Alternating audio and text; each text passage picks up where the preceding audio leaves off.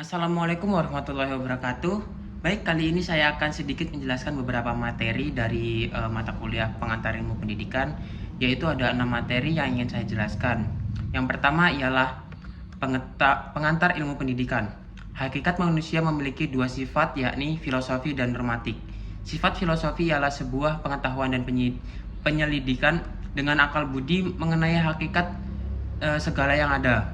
Sebab akal dan hukum termasuk teori mendasari alam pikiran atau suatu kegiatan. Sedangkan normatik berarti norma atas mempunyai tujuan atau aturan pendidikan memiliki tugas untuk menumbuhkan perkembangan sifat hakikat manusia. Hakikat manusia bisa diartikan sebagai ciri-ciri karakteristik secara prinsipal dapat membedakan manusia dari hewan. Hakikat manusia adalah individu yang memiliki sifat rasional yang bertanggung jawab atas tingkah laku atau intelektual dan sosial. Wujud dari sifat hakikat manusia terdiri dari kemampuan menyadari diri, kemampuan berinteraksi, kata hati, kemampuan bertanggung jawab, norma, rasa kebebasan, kesediaan melaksanakan kewajiban, dan menyadari hak, kemampuan menyadari kebahagiaan, dan dimensi hakikat manusia dari diri sendiri. Dimensi individual, dimensi sosialisasi, dimensi kesusilaan, dimensi keberagaman, serta pada pengembangan hakikat manusia memiliki beberapa pengembangan, yakni pengembangan yang utuh dan tidak utuh. Baik, yang kedua yaitu pendidikan dan unsur pendidikan. Pendidikan adalah usaha sadar yang sistematik melalui selalu berotak dari sejumlah landasan serta mengindahkan sejumlah asas-asas tertentu. Pendidikan seperti sifat sasaran yaitu manusia mengandung banyak aspek dan sifat sangat kompleks. Tujuan dan proses dari pendidikan sendiri ialah memuat gambaran tentang nilai-nilai yang unik, leluhur, pantas, benar, dan indah untuk di kehidupan. Proses pendidikan merupakan kegiatan mobilitas segenap komponen pendidikan oleh pendidikan terarah kepada pencapaian tujuan pendidikan. Dorongan belajar sepanjang hayat itu terjadi karena dirasakan sebagai kebutuhan. Setiap orang butuh untuk mempertahankan hidup dan kehidupannya dalam menghadapi dorongan-dorongan dari dalam dan tantangan-tantangan alam sekitar. Kenapa sih PSH diperlukan? Alasannya ialah faktor sosial yang terhubung dengan perubahan peranan keluarga, remaja, dan emansipasi wanita dalam kaitannya dengan pengembangan iptek. Yang ketiga yaitu landasan dan asas-asas pendidikan serta penerapannya.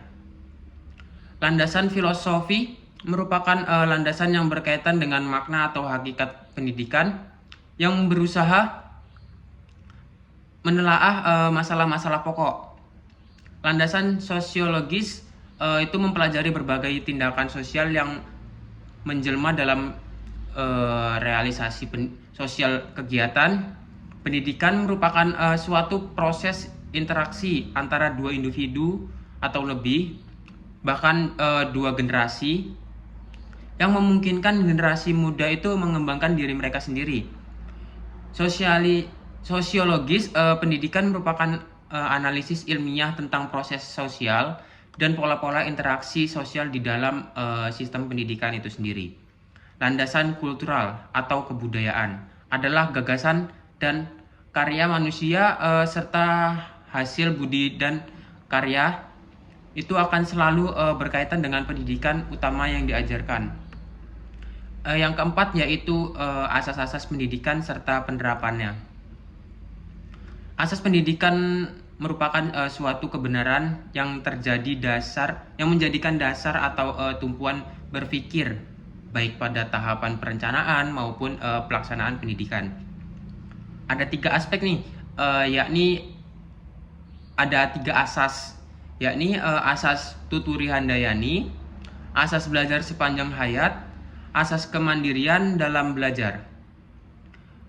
Dan penerapan asas itu sendiri, asas pendidikan itu sendiri, diantaranya itu adalah ada satu, ialah mengembangkan komunikasi dengan 2 arah, sehingga peserta didik tidak dapat sekedar mendengarkan namun juga memberikan respon positif dalam setiap permasalahan yang diberikan oleh pendidiknya. Yang kedua yaitu menjadi pendidik seperti fasilitator, motivator, dan organisator yang dapat membantu peserta didik dalam memahami materi dan meningkatkan kompetensinya. Yang ketiga yaitu pengetahuan tujuan belajar, sehingga peserta didik ini dapat belajar mengetahui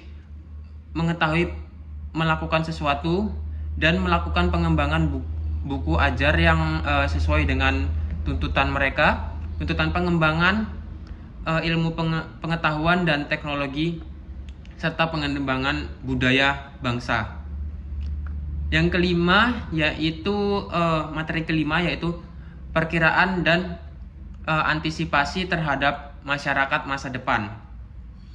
Pendidikan selalu berlangsung dalam suatu latar masyarakat dan budaya tertentu.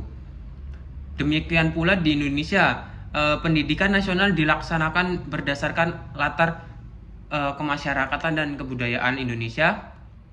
Dan di sini saya akan sedikit menjelaskan ada 4 bidang kekuatan golongan globalisasi yang paling kuat, yakni yang pertama ada di bidang iptek yang mengalami perkembangan yang makin dipercaya, utamanya dengan menggunakan berbagai teknologi canggih seperti komputer atau satelit. Yang kedua yaitu di bidang ekonomi yang mengarah ke ekonomi regional dan ekonomi global tanpa mengenal batas-batas negara. Di berbagai dunia telah berkembang kelompok-kelompok ekonomi regional. Yang ketiga ada di bidang lingkungan. Telah menjadi tahap pembicaraan dalam berbagai pertemuan internasional yang mencapai puncaknya pada konferensi tingkat tinggi atau KTT Bumi, atau nama resminya yaitu Konferensi PBB mengenai lingkungan hidup dan pengembangan UNCED pada awal Juni 1992 di Rio de Janeiro, Brazil. Materi yang keenam yaitu pengertian dan fungsi lingkungan pendidikan. Manusia selama hidupnya selalu akan mendapatkan pengaruh dari lingkungan masyarakat, sekolah. Seperti diketahui, setiap bayi manusia dilahirkan dalam lingkungan keluarga tertentu yang merupakan lingkungan pendidikan terpenting sampai anak tersebut mulai masuk TK. Oleh karena itu keluarga sering dipandang sebagai lingkungan pendidikan pertama dan utama. Makin bertambahnya usia manusia, peranan sekolah dan masyarakat luas itu semakin penting, namun peran keluarga tidak akan pernah putus. Baik, sekian itu saja yang dapat saya sampaikan. Kurang lebihnya saya mohon maaf. Terima kasih. Wassalamualaikum warahmatullahi wabarakatuh.